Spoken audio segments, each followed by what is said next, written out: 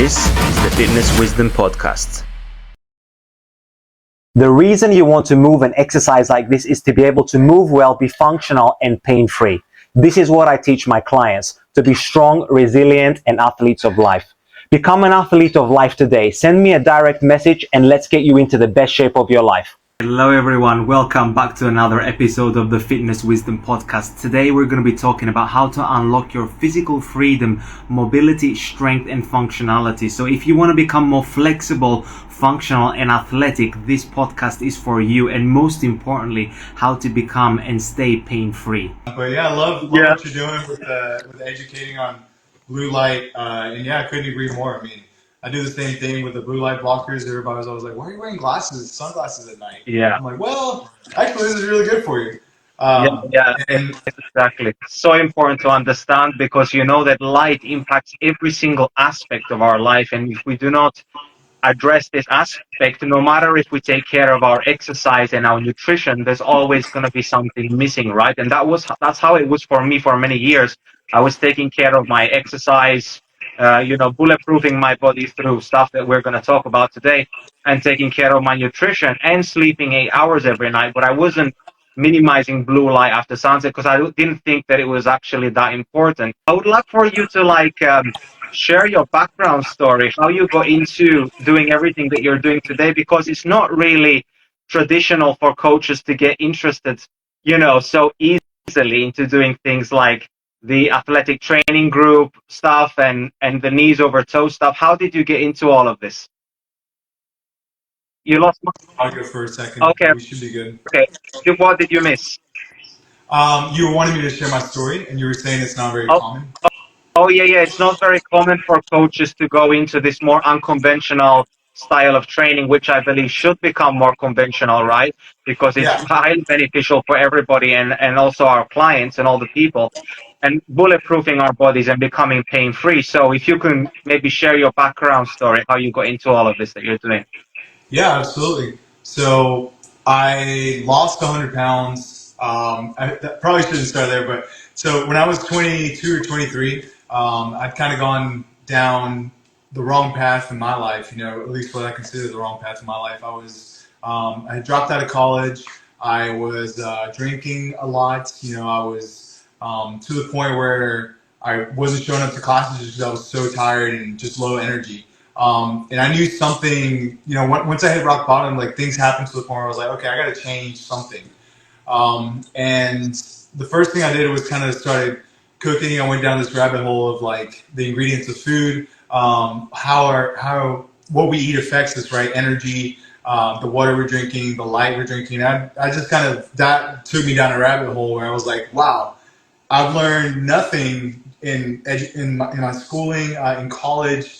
Pretty much nothing about health. I was originally a nursing major, so I got to see kind of like that side of the American healthcare system and learn all these different things about anatomy. And I was like, wow. When I really started digging into health, I realized that like nothing that I learned actually prepared me to be a healthier human. It was more just kind of like treating symptoms and using the technologies that the American healthcare system is using to help cure people. Weren't really treating the root cause of these symptoms. They were kind of just addressing the symptoms themselves, right? They weren't really treating the root cause of illness.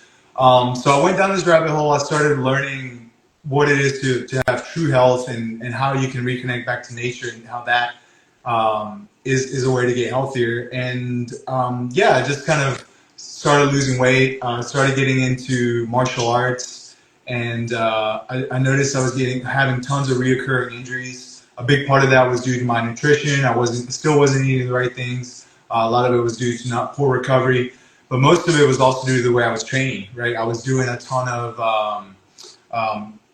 martial arts training without doing any strength training, without addressing my joints. And then so I started like educating myself in that, because the best way to become a better martial artist, in my opinion, is to do more martial arts, right? And you can't do that if you're having you're running into this constant cycle of injuries. So just through doing research, going to yoga classes, going to asking for help for other people I saw online that were doing well, I started going down this rabbit hole again of how to bulletproof my body, of how to be healthier and have longer joint longevity so that I could be more in the gym. And one time while I was running to get in shape for a fight, to lose weight. At this point, I was probably around 200, and my coach wanted me to fight around 180. So yeah, I went from 300 pounds, lost 100 pounds, and this was all doing conventional training, right? Kettlebells, beating my body up, overtraining, long fasts, which is these are all great tools, but it wasn't what was working best for my body. So anyways, I was getting in shape to run for. I was running to get in shape for a fight, and I started experiencing knee pain. And I started looking for all kinds of solutions online. Online just kind of told me to rest, ice, elevate, like the classic things that they tell you to do. I was taking pain pills just so I could keep pushing through the fighting, through the running. And it just wasn't, I was like, I got to find something. I had to find a solution. So I read this book called, it's by Ryan Holiday. It's called The Obstacle is the Way. And I started realizing like, hey, maybe I need to actually like strengthen my knees. So I started looking ways to do that. And I ran into Ben Patrick's site, Knees Over Toes Guys. He's known on social media. That's his nom de guerre, right? That's his like, the name that he's used to kind of help people. And I saw his story and how he'd been through 3 knee surgeries and now he's able to dunk, right? Like 10 years later. It's like, and I saw him doing all these crazy things with his knees, like the 60 squats, the reverse Nordics. And I'm like, wow, I need to learn what this guy did because he claims that he did it naturally. He claims that he did these exercises and now he's helping tons of people. Like, let me look into this, right? Mm-hmm. And I started learning his methods. I first bought the Knee Ability Zero book and started just training at home. And then within 3 months, like my knee pain was gone. I was lucky enough not to have a severe case, like some people where they've gone to the point where they're having surgery. Yeah. But my knee pain was gone, and I was like way more flexible. I'd been working on my flexibility for years, and I made more progress in 3 months than I made in that entire year, right? So yeah. I became more flexible. I got stronger. I won the Muay Thai fight that I was training for. Like nice. I felt so much more confident, more athletic than the people I was fighting. Like it was actually a tournament, right? It was like 3 or 4 fights in a day. Mm-hmm. And I was like, I wasn't even tired by the end of it. I was like, I could go on another fight. Nice. So that propelled me into doing athletic truth group training. Which is what we're doing now, right? My teammates in the Muay Thai team were like, "Hey, what are you doing? Like, we see you doing all this weird training. Like, can you show us a little bit of that?" Uh-huh. And that kind of took me down the career path of personal training. Like, I started showing people, and I was like, "Wow, I really enjoy this. It's like helping people, get out of pain, get more athletic, get stronger, more flexible. It's like this technology. This is stuff everybody should know." So, like with anything that we enjoy, I started just like I couldn't stop talking about it. I just started telling everybody about it. I'm posting about it on my stories. And at the time I was working in an office, like I was a claims administrator, an assistant manager at a claims administration company that was also related to American healthcare, right? So I would see all these claims of people that were having all these issues with their health. And by this point I was already realizing like, oh, they just need to change their lifestyle. Like they don't need these $10,000 procedure or medications, right? They could probably prevent a lot of this if they just learn how to change their lifestyle in a way that's not going to be harmful to them. So I ended up still doing that, but I started doing personal training, just training people out of my garage. And I decided I wanted to make a career out of it. So I left the office job because I wanted to start learning all this online. And online coaching has a lot of certifications require you to be on a computer after you work, so that you can get your certifications, get your degree. Yeah. So I quit the office life because by the time I would get off, I was like, I don't even want to touch the screen. Like I don't want to touch the computer. I just want to do active things. And I started hanging billboards for a living. I was hanging billboards, climbing up like 100 feet up in the air and hanging billboards. And this was an active job. Uh-huh. So it was great because by the time I got off, I was like, okay, I'm ready to like get online and do my learning. So I did that for 2 years. I was hanging billboards and I was training people out of my garage as a personal trainer. And I got to the point where I felt confident enough to just say like, I'm just gonna quit my 40 hours a week hanging billboards and I'm going to start coaching people full time. So I've been doing full time training for about 3 years now and just going through a cycle of I've been through Crunch, I've been through a holistic minded gym in Georgia. Then I moved to Florida because I met with some friends who I'm living in Clearwater, Florida now, by the way.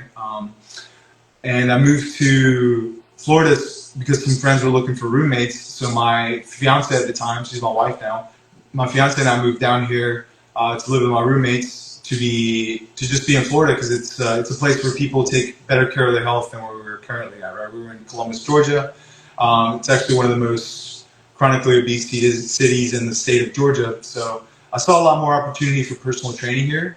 It just does a lot better with my the things I think about life. People take better care of their health. There's a lot more sunlight. Yeah.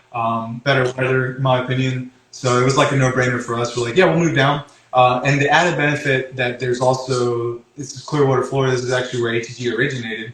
So we moved down here to be near the gym, to learn from other coaches, to learn from Ben Patrick in person. That's cool. And yeah, to just level up. So it's been pretty amazing journey so far. We've been in Clearwater for about a year and 6 months now. And yeah, I love it here. It's people are friendly. I have lots of PT clients. I've been taking on more responsibility here at the gym, and basically my goal right now is to grow my in-person training, but to help the gym expand. Right, we want to build more locations, and then to eventually to start working on my online brand as well. This is something I've kind of been working on the side for about 2 years as well, 2 or 3 years, because ultimately I want to have the freedom to travel wherever I want, but still make it online and still be able to help people. Absolutely. Yeah. Awesome story, man. Thank you for sharing that. Yeah, we all seem to enter this world either through some form of pain or suffering. So basically you kind of got into this because you also had some issues, with your own personal joints, and that's what got you into this type of work. It's the same for me. Like what made me so passionate, want to study like rehabilitation and prehab for my master's degree was because my partner Tina, she had some autoimmune type of condition which was affecting her knees. I didn't have any issues at the time, but I really wanted to understand why she's having these issues. But further down the line, I understood it was more of an immune system problem rather than a musculoskeletal problem, which is like, another whole nother rabbit hole. But I ended up learning all this stuff that you're talking about as well, alongside of, learning all about the immune system and the lymphatic system and every other system of the body, trying to understand and get her better from her autoimmune condition. And basically, yeah, it just makes you realize that how it's so important to incorporate and utilize all modalities together, not only just the one thing, just the training, but to emphasize on every single aspect of your life. Like you said, you focused on your nutrition and your lifestyle and your sleep, because you can't just do only one thing, right? Just do the training and expect some magic results, because when we train, we know that we're breaking things down. And when we are sleeping and recovering, that's when our body is regenerating and rebuilding itself. So maybe this is one of my last questions that I had actually for the podcast, but I'm going to bring it as the first one since we're talking about this. How important do you think rest and recovery is in this type of form of training that you are doing with your clients? I think it's honestly more important than the training itself, right? I think in a lot of, because you can, like, if you work hard but you're not recovering at all, you're going to see very minimal gains, right? You're putting your body through all this stress, but you're not allowing it to recover, build the muscle. Because like muscle, tissue, connective tissue, all these things are actually built while at rest. Like you're doing the damage to your body just enough to where it doesn't bring you pain, but it does cause adaptation. And you're not going to have that adaptation if you don't give your body the rest you need. And the biggest thing is sleep, right? So if you base the things that you do in your recovery to optimize your sleep, that's what's going to give you the best thing, right? That's why light in itself is so important, right? Our light, when we go outside in the morning, you set your circadian rhythm by looking at the light. It tells your body that it's awake. It tells your body what the time and place is in the physical reality. And you need to do that in order to kind of give your body a clue of what it needs to do throughout the day to time the sleep perfectly, right? When it releases the proteins and the hormones that tell you when to go to sleep, right? Melatonin. I want to try to keep it in at least scientific terms so people understand it. But it's like, hey, you're setting the tone for your body at the start of the day, and then watching the sunset near the end of the day will also help you set that circadian rhythm so that your body knows exactly when to release the things that are going to help you go to sleep. And then, like blue light at night, like I'm just going off the example that you're setting yourself. When you keep seeing that blue light past the sunset, you're telling your body, hey, we're still awake. We need to still stay awake and working. So don't release melatonin yet. Don't start shutting down just yet. We Yeah. need to stay awake. So a Yeah. lot of people have these problems, and that's really the biggest thing is like your sleep. But there are many other things you can do for recovery, such as red light being one of them. It helps kind of like recharge your mitochondria. The other thing is the food molecules you're putting into your body. That also plays a major role in recovery, right? Getting enough protein, even if you're a vegetarian, just getting enough protein into your body so that you can rebuild those connective tissues. You can rebuild the muscles so that they come back Yes. stronger and better quality, right? You are what you eat. Absolutely. And if you're not getting enough collagen, enough protein, and enough nutrients in your diet, that's going to be a big missing key factor of it, right? You need the fuel, the ATP, or the things that our cells, the energy that our cells work off of is from three things, right? It's the food molecules that you eat, the light that you're consuming, and the water or the oxygen quality that you're getting, right? So the third thing, aside from light, diet, and the light diet,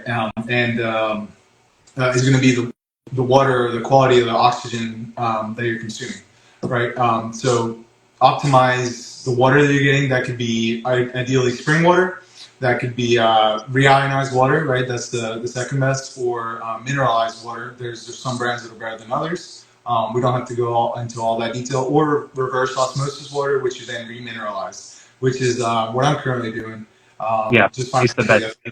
yeah, that's the option for me. Reverse osmosis, and then maybe adding some electrolytes in Yeah. there afterwards. What I do. Yeah. But ideally, you want to stay away from tap water just because there's so many chemicals in there. You can look all this up. It's not a conspiracy theory anymore. You can look up, like, search what's in the water around me, and lots Absolutely. of websites will come up. Yeah. Yeah. I mean, if you're consuming anything that has foreign chemicals in there that if you can't even read or understand, it's not going to be compatible with your body, right? That just goes with anything. The same with food. Like when we talk about eating food, so that means real food, food that comes from nature, that hasn't been altered by man, like, over hundreds, thousands of years that already existed on the planet. Of course, there are some foods that have been genetically altered for us to be able to consume, like some fruits and vegetables these days. Like I believe all fruits and vegetables have been genetically modified to some extent to be able to be consumed. Because when you look at primal or primitive fruits and vegetables, they look like they were unedible, with some Yeah. massive seeds and in a way maybe even very toxic for us. But now they have been made in a way that they have been able to be consumed by humans in quite big, quantities and quite safe. But I think that always when we talk about food and also drinks, it just always goes back to the roots, right? And being a human being as we were hundreds, thousands of years ago, before technology, before housing, the way that we existed in nature, I think this is the optimal way to be able to mimic if we want to be able to thrive. Because before we were thriving automatically just by being human beings, doing what Yeah. we do in nature.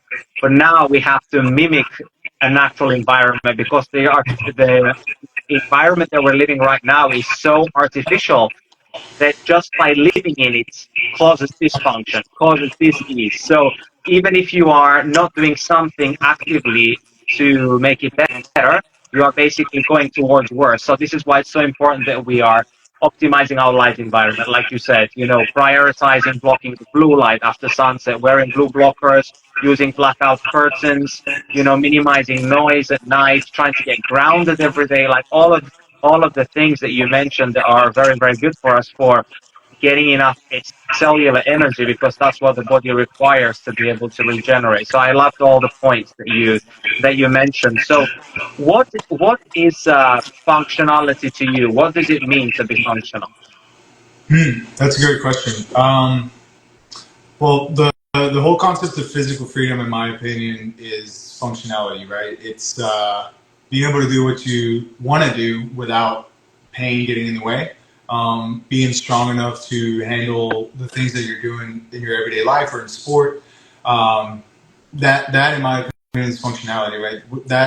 There are some qualities that you can improve from that, but the biggest two, in my opinion, are strength and flexibility, right? Like even your stamina depends a lot on how much effort you're putting in, according to your like highest strength potential, right?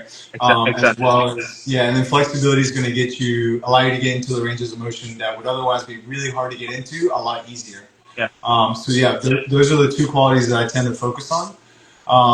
I've noticed that stamina and cardiorespiratory fitness also get improved a lot by these two things. Oh yeah. But working on your breath is another aspect as well, right? Being able to breathe more efficiently with your diaphragm, and actually training the muscles around your diaphragm. Yeah. So those are like the biggest three things that I focus on. It's like functionality is like, what is your survival potential, right? Like if you have to sprint, if you have to lift something heavy, like how well can you do those things, and how well is your body holding up in the ability to do those things? Like how strong are your knees, how strong are your ankles, how strong are your hips, how strong are your shoulders? These are all things that can be measured, and there's certain standards that you want to be able to do in order so that you can handle the most, right? A lot of this I try to base off of your body weight percentages for my clients instead of basing it off of just like setting like crazy standards. Like somebody who's 150 pounds is a lot less likely to be able to hit a 400-pound deadlift than somebody who's 250. So it's all based on like how athletic is your body, and by athletic I mean how much can you lift according to your body weight percentage at all these different joints, right? All these and making sure that these things are balanced as well, right? Like making sure that your ability to extend your knee is as strong as your ability to flex your knee, and if it's not, then we can work towards that because I guess that would be my answer for functionality. It's like how well do you move, and how easy is it for you to move to do the things that you want to do that are required of you. The higher those percentages are, the more you're able to, the better you're able to move, the less likely you are to get injured in general. Obviously, we can't prevent all injuries.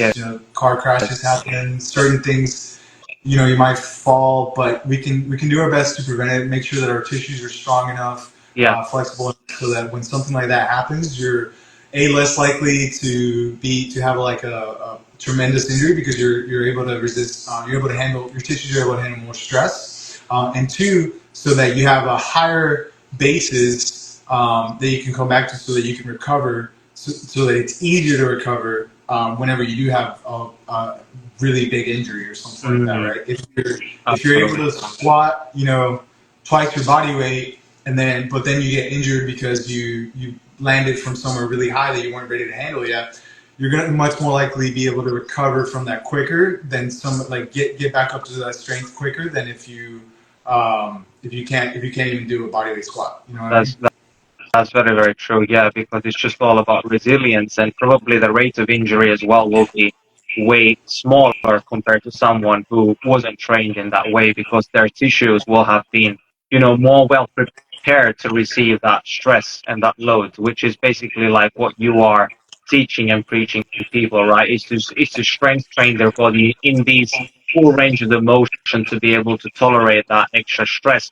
So how does somebody go from dysfunction to function? Like, what is your strategy? What's your approach? Yeah. So generally, I do want to say, like, it's going back to the functionality. It's more about improving your ability, right? And I want to tie this back into your question. The more ability you have, generally, the less likely you are to be in pain. Like there aren't any studies on that because we really haven't explored that concept in science.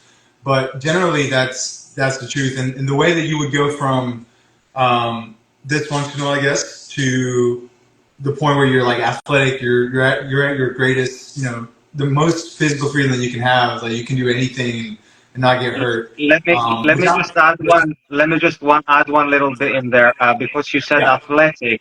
Not everybody who is not an athlete.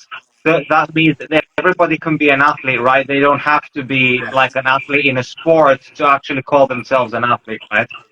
yeah, 100%. Yeah.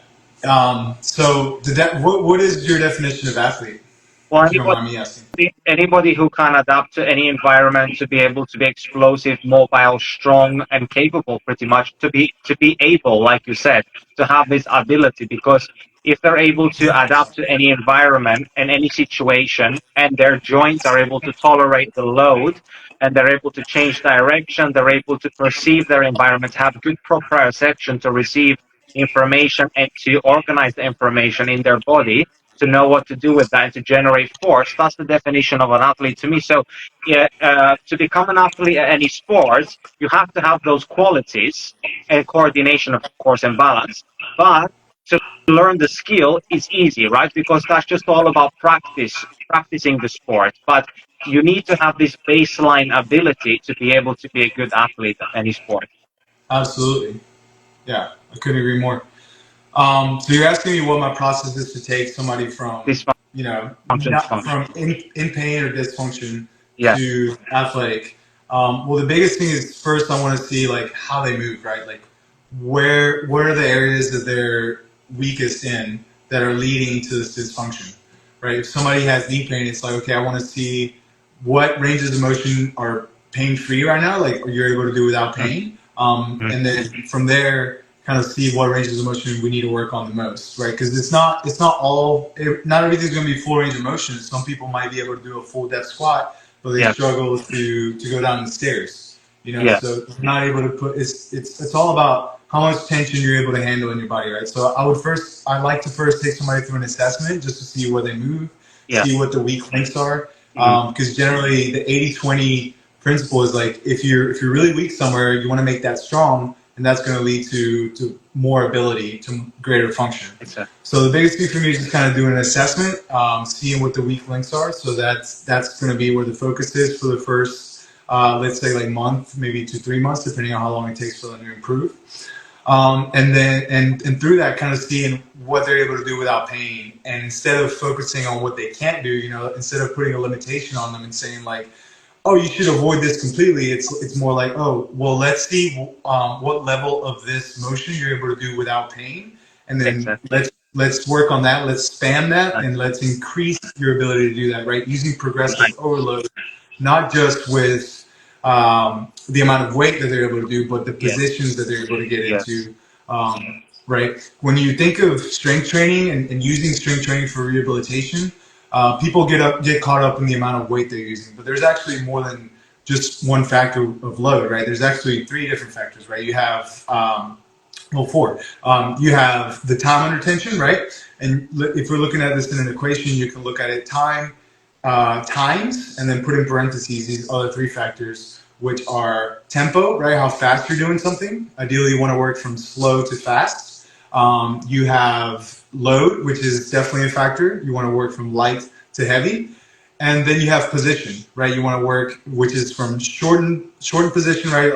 Let's look at like a bicep, like shortened position to lengthened position. There's going to be a lot more tension in this lengthened position than there is in the shortened position. So working from the things that you're able to do shorten to then working on the things that you're able to do lengthen, and increasing the ability and all those factors, right? Tempo, load, Yeah. and so on. Yeah. So yeah, that's generally what I would want to see is like, okay, which one of these qualities are you most deficient in, Mm-hmm. and then improve those abilities. Yeah. Always working at a level that they can do without pain. And then pain and effort are 2 different scales as well, right? It's like you might find this really hard, but you're able to do it without pain. Well, let's continue working that at a level that doesn't bring you pain. Mm-hmm. So that's generally the process I take people through, and then it goes like once you're able to do things without pain, then we can start working on focusing. Once you're able to do function without pain, let's continue to work on those weak links to the point where you're more structurally balanced. Yeah. And then once you're more structurally balanced, you're out of pain, you can then start working towards performance, right? Athleticism. Yeah. Like, okay, Yeah. you can do a squat now without pain. That's amazing. Now let's continue increasing that ability. Let's start having you be able to, let's start working towards being able to do a body squat with your body weight on Yeah. top, right? That's going to allow you to have stronger knees, right? Usually, Mm. no matter what scale they're at, it's like more ability is generally the answer. Like, how am I going to get more athletic? Yes. Well, let's get you Yes. stronger. Let's get you even more Uh-huh. flexible, and then you can start implementing some of the things that most people where most people actually start is like plyometrics, right? Then you can start implementing like, okay, let's see what your max effort, what you can do with max effort with your current body weight, and then let's work on improving that. Yeah. So yeah, it's all a scale. Yes. But the truth, it's called Athletic Truth Group, right? Is a certification that I'm working through. The truth is in the numbers. It's like you're able to do these things, great. Now let's get those numbers up. Are you Yeah. able to squat your body weight? Great. Let's get it to you to 150% body weight. Let's get you to 200% body weight. And the truth is, like, there's certain numbers that will ensure, like, okay, most people that are able to do this don't have knee pain. Yeah. They don't have low back pain because Yeah. their tissues are built to the point where they can handle the stress Mhm. of 200% of their body weight. Now, there's also levels that are like, okay, most people that can do this are freak athletes, right? Most people that can do a Nordic without using momentum are generally a lot faster than people that can't do that. So then it's like you start looking at those numbers, and it's Yeah. like, okay, now we want to get to freak levels of athleticism. Well, let's look at what the freaks can do, right? Mm. Somebody like Tyreek Hill is able to do a Nordic with just like hovering and hold that position and then come back up, right? And it's like, okay, well, maybe we should be able to do what he can do. And Mhm. that kind of relates to how I even got started and all this stuff. It's like is recognizing like, oh, Ben Patrick can do a 60 squat into a pool and come back up, like a deficit 60 squat. It's like, oh, I want that level of ability because I know my knees are going to be more protected than if I can't. Yes. And the fact that he can do those things and might be related to the fact that he can dunk and I can't. Yeah. You know. Yeah. No, great explanation. Very, very good. And just to summarize for the audience what you just said, and to explain a little bit that people don't need to be athletes or professionals to begin this, like what you're saying. You're saying is that this is a step-by-step approach. Somebody who has never trained and never stepped in the gym or doesn't have any abilities, let's take a granny who can't get out of a chair, for as an example, we can train her to become extremely able and even probably even more able than some 30-year-olds today, right? Especially if we train her progressively over time. Of course, it's going to take longer for someone like that to get to an ability like of a 30-year-old. But imagine if you are in your 20s, 30s, 40s, and 50s and you start bulletproofing your knees. Now you're going to be super capable and you keep this up for a lifetime. We're talking about knees now, but this can be done at any part of the body, right? If we apply these principles, these are like foundational and fundamental principles that when we apply them to the body, anybody can do them. And you don't need to start from the most extreme, like Ruben is saying. It's like a step-by-step approach, and it's all about understanding the individual that you're working with to be able to get to an ability of an athlete, even if you don't want to be an athlete, because everybody wants to be able to move well, and everybody wants to be able to function well and to be pain free, right?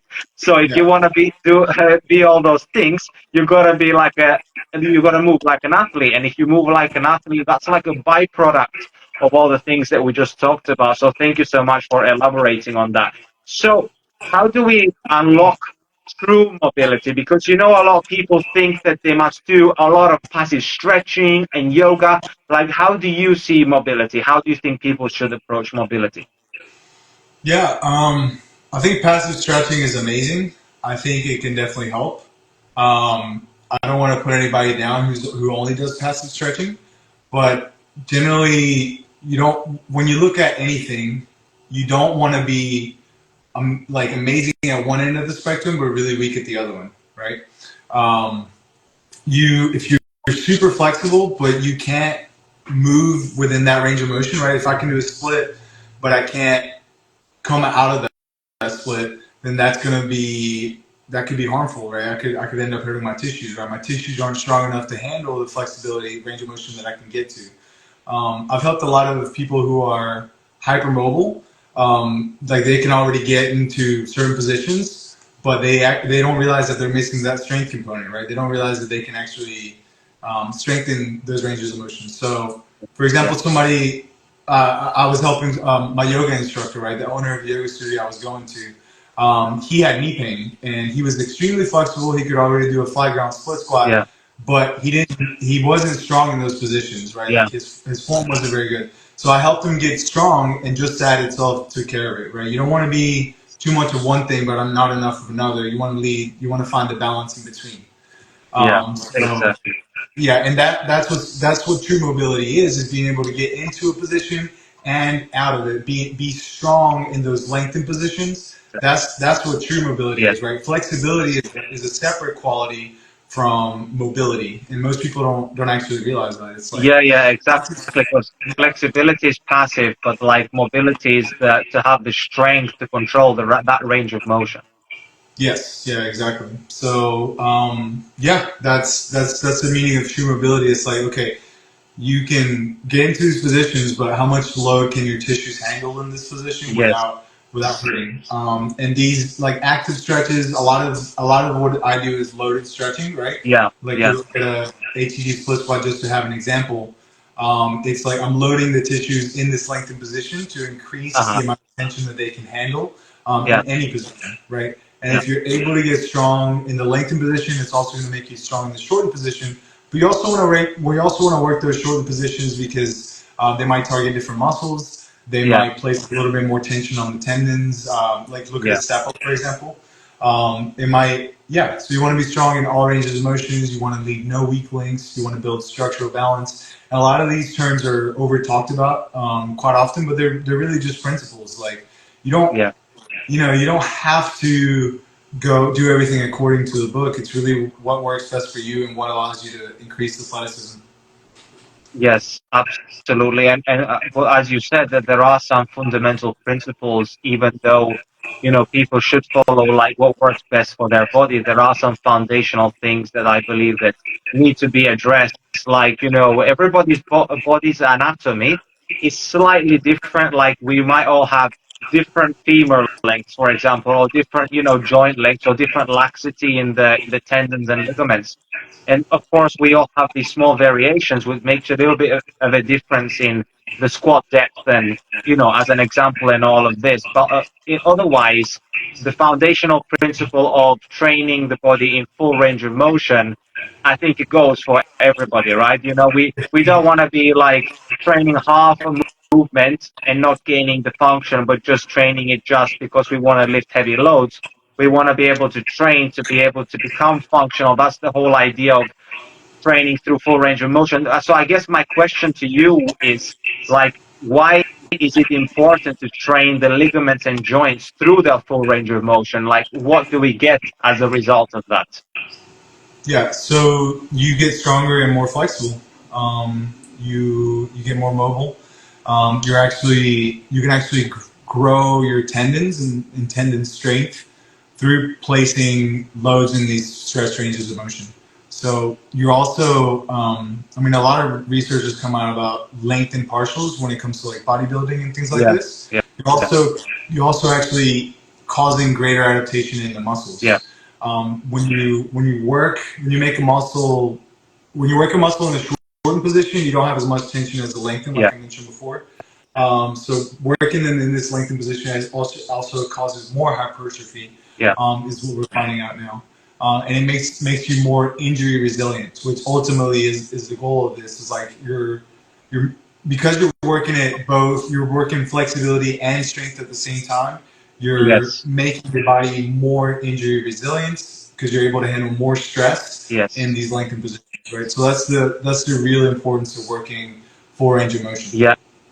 And this is basically the basis and the foundation of your work, right? The goal is to be able to, if you are not able to get into full range of motion of a certain position, to eventually be able to get it just purely with the body weight, with no external load, before adding the additional load, because we want to be able to gain the ability, as you mentioned at the beginning, the function, to be able to do that, because I believe that it's a birthright for everyone to be able to sit in a deep squat, for example, and to just chill there, to be able to have that ability, or to be able to bend down and to be like pain free in the lower back, to be able to raise the arms and to be pain free. Like all of these are just abilities that we are supposed to have automatically as human beings if we live the natural lifestyle that didn't take us away from that. So what do you think? What are some contributing factors that you think that lead people to not to losing this function in the first place? Hmm. Uh, if you don't use it, you lose it. I think is one of the things, right? um, Absolutely. and we didn't have chairs for the entirety of our evolution, right? A lot of people just used to sit in a deep squat. When you sit by a fire, you see a lot of Indian tribes still do this. They just sit in a deep squat by a fire. And a deep squat in itself is a loaded stretch. So they're able to maintain that mobility. They're able to get strong in that mobility just by resting just by sitting in a resting deep squat, which is something great to do for your mobility, but not everybody's going to be able to even access that right now. So it's like, Yeah. how do you get there? And that's kind of the process of it, right? And we've stopped sprinting as well. You don't have a lot of things to run away from. You don't. We're not being chased by tigers and lions and bears anymore. So when you don't use that ability, you also tend to lose it because your tissues aren't getting that demand for working that triple extension. You're not doing a lot of picking up your legs anymore because we're sitting all the time, right? And in this seated position, like our hip flexors are in this position, your body's going to adapt to whatever you're putting it through. So if you're doing this for 8+ hours a day, these hip flexors are going to get tight. You're sitting like this rounded when we're on a computer. Your shoulders are going to get tight. Your neck's coming down, right? You're putting a lot of strain on your neck. You're not doing any strengthening of it. Then that means that the demand that you're placing on it is going to exceed the amount of ability that it has. So that leads to neck pain. Your legs and tendons tend to stiffen because you're not pushing, we're not doing anything with those either. So these are all things that relate to the things that we stopped doing in our lives, which is climbing things, right? As well, like when you do a pull-up, you're resembling like what climbing a tree would be like. You're putting your hands on a tree and you're using those grip muscles, right? Which is another factor for longevity. So all of these things that we're just not doing anymore, that our bodies, we evolved to be able to do, that our bodies are meant to be doing, but we're not doing, are the biggest thing that makes you lose it, right? Not doing it. The brain itself, we lose a lot of brain power when we're not doing movement, when we're not expressing our movement ability, because a lot of your brain is actually designed. I mean, all of this part back here, I think it's something like 80%. I could be absolutely wrong. No, it's true. It's true. I read it as well. It's like something like 70% of the brain is devoted toward movement.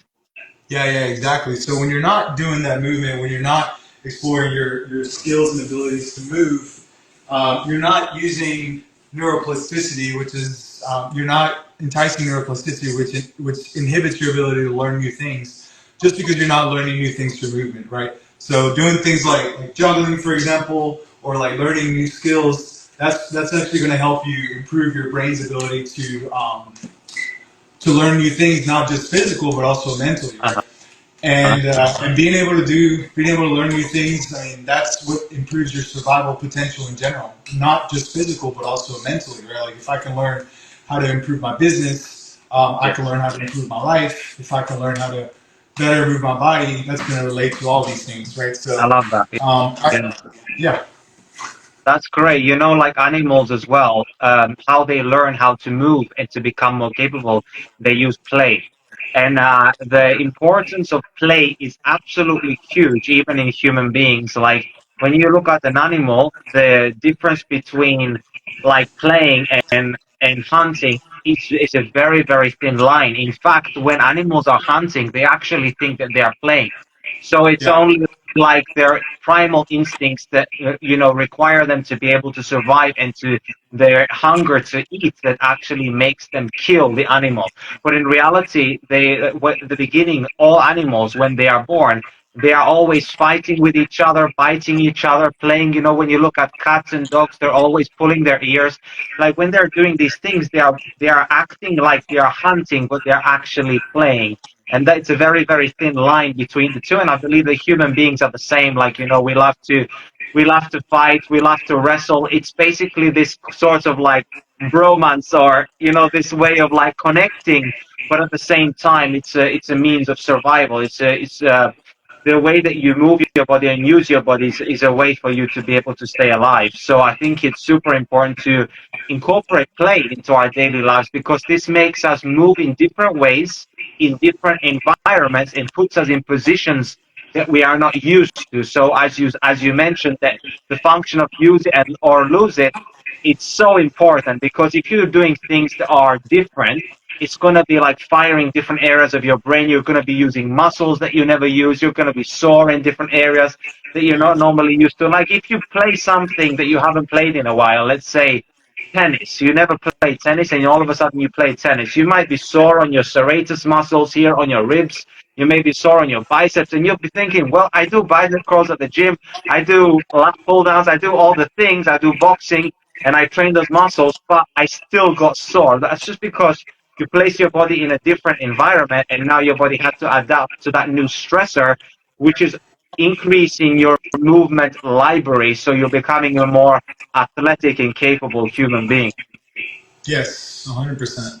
Yeah, and freedom of movement, you know, it's got to be earned. You know, freedom in general is not something you can buy. It's not something you can sell. Absolutely. I don't think I'm selling freedom to anybody. I think I'm guiding people towards it. You know, like I'm just trying to help. Freedom has to be earned. So Yes. regardless of it, you have to do the work. You have to, yeah. And like you said, like if your body isn't able to freely express itself, you'll find out. You'll have pain. Pain is a Yes. communication from your body. Yes. So you can either acknowledge that communication and do something Yeah. about it, right? The obstacle Yeah. is the way. You have to start slowly increasing your ability to handle the stress, or you can ignore it and Yeah. continue to try to make it go away. And you can go into this route of escapism, Yeah. which is a lot of what I was doing. I think a lot of the escapism that I was doing with alcohol, with drugs that led me to a point where I was 300 pounds. A lot of these Yeah. things come from just trying to escape that pain, Yeah. the physical reality. Yeah. And these are all Yeah. things, forces that we need to balance within our life, right? We could go into this spiritual topics, and we can maybe go into that in another podcast, but these are things that you have to balance within your life. 100%. 100%. Yeah, I believe health ownership. I've talked about this with many other guests on the podcast as well, that health ownership is super important. Like taking control of your own health and responsibility. Because if you don't take responsibility for your life and what you do on a daily basis, because it's what we do consistently on a daily basis which has the biggest impact. If not on a daily basis, at least on a consistent basis, whether that is weekly or monthly or whatever the consistency is, there has to be some form of consistency in a specific routine, in a specific habit that we are doing, which is helping to build our health. Because we have to have things that are building our health, and then we have to be also avoiding the things that are taking away from our health. Because now in our modern world, we have many things that are taking away from our health, such as like the artificial blue lights after sunset, right? So we want to be avoiding those things, and we want to be also doing all the things which are benefiting us, so we can be in a net positive. But if we are doing all the things and we are having all the other things that are bad for us, and we are not removing them from our life, we might still be in a deficit in our health, because we're not removing all the things that are causing us the harm in the first place. So we want to be doing both things at the same time if we truly want to thrive and be in vitality. Yes, absolutely. So, Yeah, well next said. question. What are your best tips and best practices for a bulletproof body? Hmm. I think we can talk about maybe the ATG principles in that case. Let's go. So a lot of this, I have to give full credit to my mentor, Ben Patrick, and Keegan Smith. Right, they're the two that kind of founded what we know as Athletic Truth Group Online Coaching now. And I've learned a lot of this from them, from Ben Clarfield as well. But number one is build from the ground up. Right, if you want to build a bulletproof body, the part of your body that makes the most contact with the earth is our feet. right? So start building from the ground up, ankles to knees, knees to hips, hips to shoulders, because you can always be, you can be too strong for your ankles to handle, right? You can be too strong at the hip for your knees to handle. You can be too strong in the core for all these other parts to handle, but you can't be too strong at your knees for your ankles to handle. You can't be too strong at your hips for your knees and ankles to handle, right? So it's like build from the ground up. You want to be built like a rocket.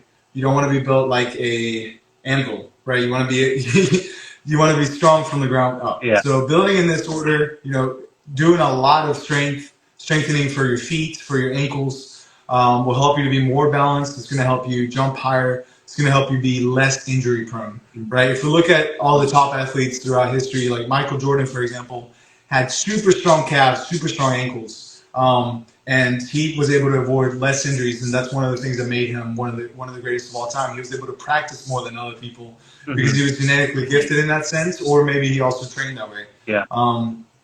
Building balance from side to side, right? Making sure there's no imbalances with your knees, with your ankles. All these unilateral exercises help a ton, right? You don't want to be built like a crab and have one arm that's huge but then another one that's tiny, because then you won't be able to bench press as much, for example. Yeah. Building from front to back, right? I spoke on this earlier, right? Make sure your knee extension is just as strong as your knee flexion.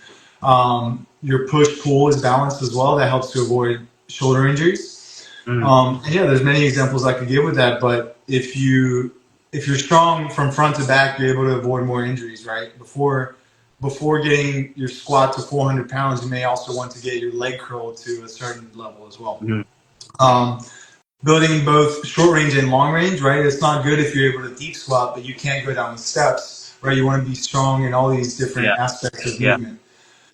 And then building from light to heavy, right? You want to be able to start light and at a level that your body can handle with good form, so you're able to get the most out of the exercise. Dominate the weight, be able to dominate a certain weight before you go to a heavier weight, right? We see a lot of gym fails are from people just starting really heavy, even though they're beginners, and they end up getting crushed by the weight or something like that. And if you want to avoid that, if you want to avoid injuries, it's best to be patient with your progress. And you're going to get a lot more out of dominating a weight and being able to dominate form before you go super heavy and you're just doing it with like terrible form. I mean, people can make so many gains just purely from their body weight. They don't even realize. Like, even like somebody was never trained at the beginning and they start training, like full range of motion, and they do it correct and they build the function and the technique and they build the strength from that full range of motion at the bottom all the way to the top in any exercise, because it just basically goes the same for everything. You are going to become so athletic and so capable. But if you train from the beginning and you're a newbie and you train everything halfway and you never go full range, what's going to happen is you're going to be, as you said, you're going to be weak on some aspects of the position, and that's going to put you at massive risk of injury. Because what happens if you go past that half range that you have always trained and you go into that weak spot? You are going to end up crushing yourself or doing something extremely dangerous to yourself. So it's very, very wise to work with someone like me or Ruben, where you can train your body in full range of motion, right? And to become more functional and athletic. And I feel like at the beginning, there is this fear in individuals when they join a gym or they join any kind of like training program. They have this fear in going in full range because it might hurt their knees a little bit, or they doesn't feel comfortable. Do you experience this with clients as well, where they say to you,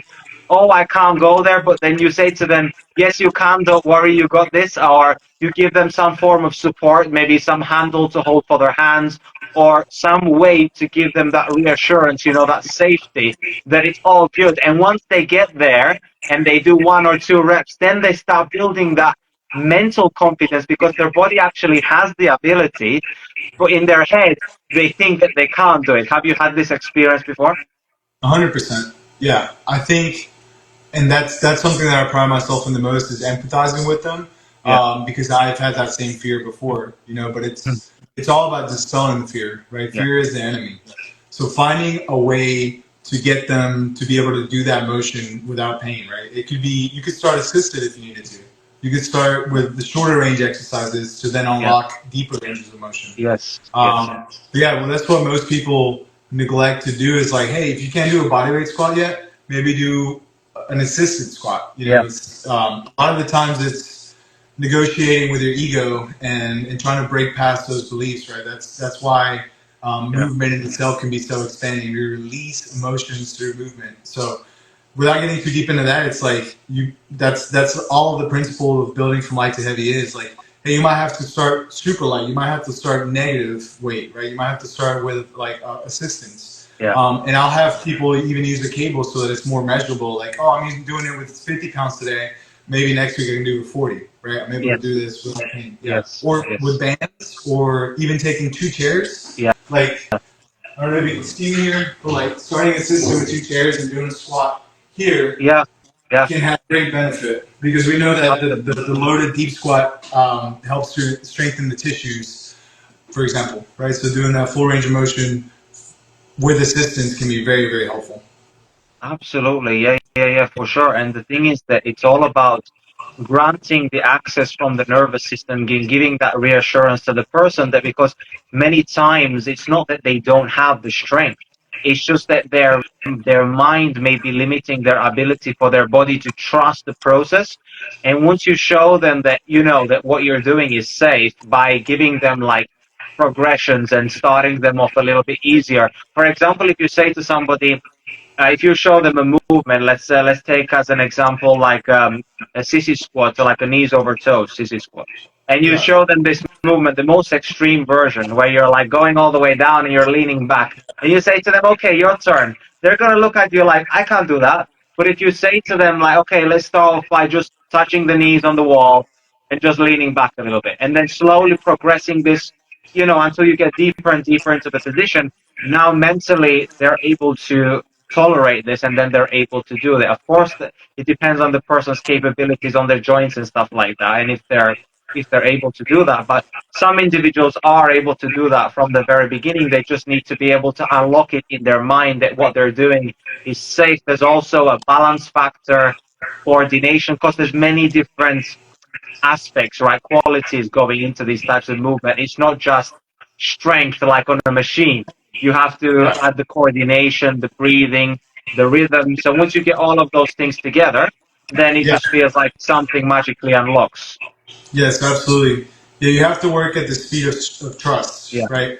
As you're able to unlock, as you said, with your own brain, you're proving to yourself that you are able to get into these ranges of motion. Then next time you can start doing it a little bit harder, slowly but surely dispelling that fear, right? Work at the speed of trust, and you want to think of it like love and freedom are to what are to slavery are the same. Sorry, love and freedom are the same as like are to love is to freedom what slavery is to hate, right? It's like you're slowly dispelling that fear, right? You're slowly getting more and more love into your body. You're slowly showing yourself that you can do more, and slowly dispelling that freedom. Oh, So, I think that's so that's true. great. Principle number 6 is building from long to short duration, right? So maybe starting with a little bit of reps that you're able to handle without causing too much damage to your tissues, and then that leads to pain. Working to more reps. So it's like using progressive overload, not just with load, but also to how much you're doing as far as repetitions. Right? So you can start with like 5 reps, and it's like, okay, I can do this. Maybe next week I can go for 8. You know, just being gentle. And then another principle, build from slow to fast, right? That's principle number 7. And we can look at that from the tempo aspect, right? How fast you're doing something determines how much load is, how much tension you're putting on the tissue, right? So if you start being able to control a squat on the way down, then that guarantees that you're able to do with that same amount of weight later on a little bit faster, and so on. Yeah, nice. Number 8 is building and keeping a bulletproof reserve. So this relates a lot to the balance of front to back, right? Being able to handle the force, the output that you're putting out with the things that absorb the shock of it, right? So like being able to squat as much as you're able to being able to do hip extension with as much weight as you're able to do hip flexion. I see. Because these are the things that handle it, right? And then number 9 is truth in numbers, keeping track of how much you're able to do in these movements. And we already went into why more ability through Yes. load and through form. 8 gives you more freedom. Yeah. And principle number 10 is the most important. Pain free sets the gains free. Right? Pain is your body, as we said, sending you communication. You can listen to it Yeah. and use it as a guide, Yeah. or you can ignore it and get more of what you're working through. Right? If you ignore pain, if you push through pain, that's going to lead you to more pain. If Yeah. you use it as a system, as a signal to do things that you can do without pain and improve your ability on those things, it's gonna be your guide towards freedom, Yeah. right? Pain, look at pain as a positive thing, instead of it just changes the lens of how you look at Yeah. things, right? Yeah. And I think that's really what it's all about is taking taking these low vibrational things of pain, of shame, of hating movement, Yeah. and transmuting them into love, into freedom, into ability.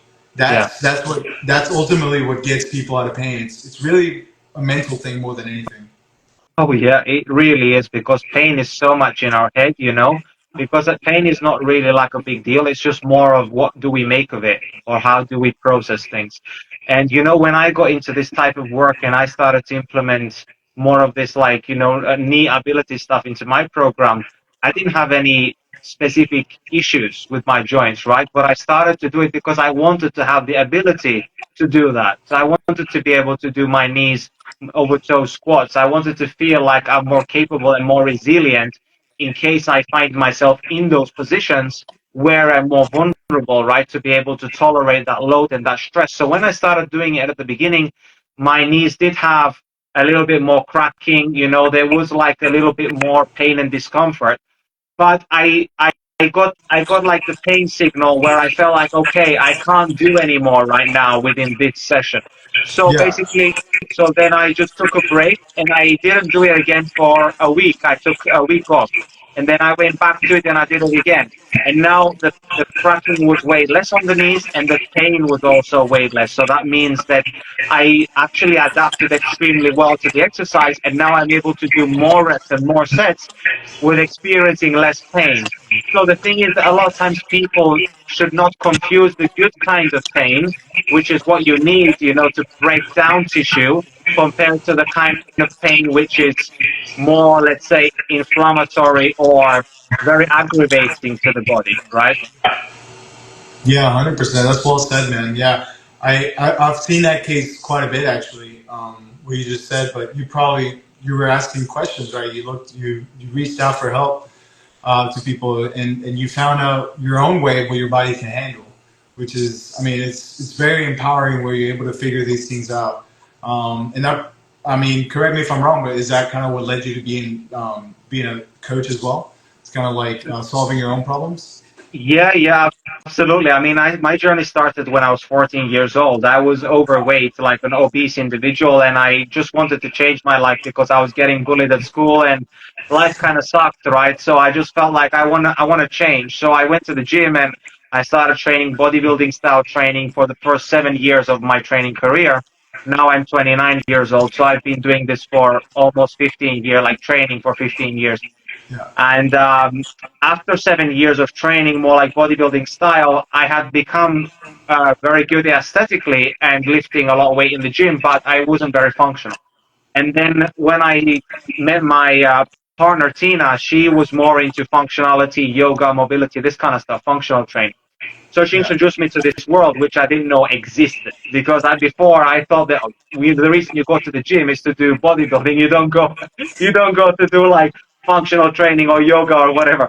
So anyway, I started implementing these other training modalities into my training routine, and I started to notice that my lifts of my bodybuilding stuff and my powerlifting started going up a lot. yeah. And then I realized, wow, it's actually super important to not only train and build your body, but to also train it for function. And now this is what I teach my clients as well, to have everything together. That's amazing. Yeah, 100%. Yeah, I Sorry, couldn't agree more. my throat got it right. Cheers, you're good, man. Yeah, I love that we were able to connect, and that's the beauty of the internet, right? It's like putting like-minded people together. And yeah, I think I mean, if you're down for it, we should do another one because there's a lot more we probably can talk about. And yeah, you're cool, very cool guy, man. I love what you're doing. Appreciate Uh, it. I think it's huge, especially for people to focus on mitochondrial cells, right? Like, what is the mothership of energy in our bodies? It's the mitochondria, right? When you Absolutely. break it down to cellular level, Yeah. that is one of the aspects that's going to bring you the most health, right? The 80-20 principle is optimizing your mitochondria. Yeah, what do a lot of people consider God? It's energy, it's light. And Absolutely. mitochondria is the mothership for bridging the divine and the physical within our bodies. Yeah, so I Yeah. think what you're doing and focusing on is amazing. I love it, and I'm happy to be able to provide some value to it today. Thank you so much. I really appreciate you sharing all this awesome wisdom. Do you have like any last words of wisdom you'd like to share with the audience before we end? um, yeah, man, everything is mental. 2025 is coming up. Uh-huh. And the biggest thing, you can be what you will to be, and you have to write it down in the paper to bring that into the physical reality. So Mm, these next few days are crucial. Like, figure out what you want to do in 2025. No matter, shoot for the stars. You have to shoot for the stars to get to the moon. So you have to make these big goals happen and try to manifest them into reality in this new year. And don't be afraid to go big. Let's make it happen. Yeah. absolutely. Yeah. I mean, believing in yourself, the mindset is everything, like you said. I think it's super, super crucial because if you don't believe in yourself, who's gonna believe in you, you know? Yeah. No one believes in you more than you yourself. Like the same thing as who takes care of the best of your health, like you. No, like your doctor doesn't actually care more about you than you do. That's why you go to the doctor, because you actually care about yourself, right? So this is Yeah. why it's so important that everybody takes that responsibility that we were talking about earlier, that ownership, from the mindset side of things, the health side of things, spiritually. Every single aspect of your life requires you to dive deep and to have some form of participation. You don't have to be an expert in everything, but at least, show a passion or an interest towards one aspect of your life, and that will start to reflect on other areas of your life. Because if you become consistent on one thing, let's say with your business, that will also make you want to be motivated more about your health and your relationships and so forth. So it's going to go on like this. I would like for you to share where people can find you and connect with you, and if they want to work with you, Ruben, because I will be posting this on Spotify and YouTube as well. Yeah. Thank you, brother. Um, you can find me at Physical Freedom Guy on all platforms. I believe the only one that's a little bit different is Twitter, but it's just Physical Freedom One, I believe. And yeah, Ruben at physicalfreedom.org. If you're looking to train, send me an email or send me a DM on Instagram. I'm looking to take on 5 more clients for the new year. So I want to help you change your life, get out of pain, and yeah, kickstart this new year the way that you want to, right? Everybody's goals are different. So what I do is very personalized. So yeah, let's chat. I just want to be of service. Yeah, I just want to help people. And if you're in Clearwater, Florida, I'm at Rift Fitness Gym. It's an amazing gym. I'll have to take you through a tour of it sometime. But yeah, let's grow into the new year together. Yeah. Awesome, man. Thank you for sharing your information. I will be linking everything in the description show notes as well, so people can find them easily for you. And I think, go ahead. Yeah, I gotta have you on the podcast as well. We got the Physical Freedom podcast. If you wouldn't Oh, mind really? I sometime. didn't know that you Yeah, had a podcast. probably. I don't advertise it as well. I'm on like episode 15 now. But I Okay. generally have coaches and other people in the movement community. Oh, I would Where I love just that. kind of I would be honored to come on. absolutely, brother. That'd be amazing. Because I just want to really, I'm curious. Like, I want to know, like, okay, what are your methods? What's your story? And yeah, just share that with the world, my audience, and give people value. Yeah. Awesome, man. Let's do that. Yeah, I feel like today we provided the audience a lot of value. We taught people how to become physically free. I think that's super important and super, super empowering, because if you're able to move well, to be pain free, to be functional, That's like literally like the greatest gift, right? You know, if you're not in pain, like what can you complain about in life? You know, you can achieve anything. Everything else is in your mind, like we were mentioning. So I think that yours and my message is super important, and people will find a lot of value in this. And we gave people a lot of great tools as well by explaining to them the fundamental principles that you need to go through to be able to achieve a physically able body. Like it doesn't take, you know, it's basically common sense, right? A lot of the stuff that we're talking about. So Yeah, yeah, exactly. awesome. This is the Fitness Wisdom Podcast.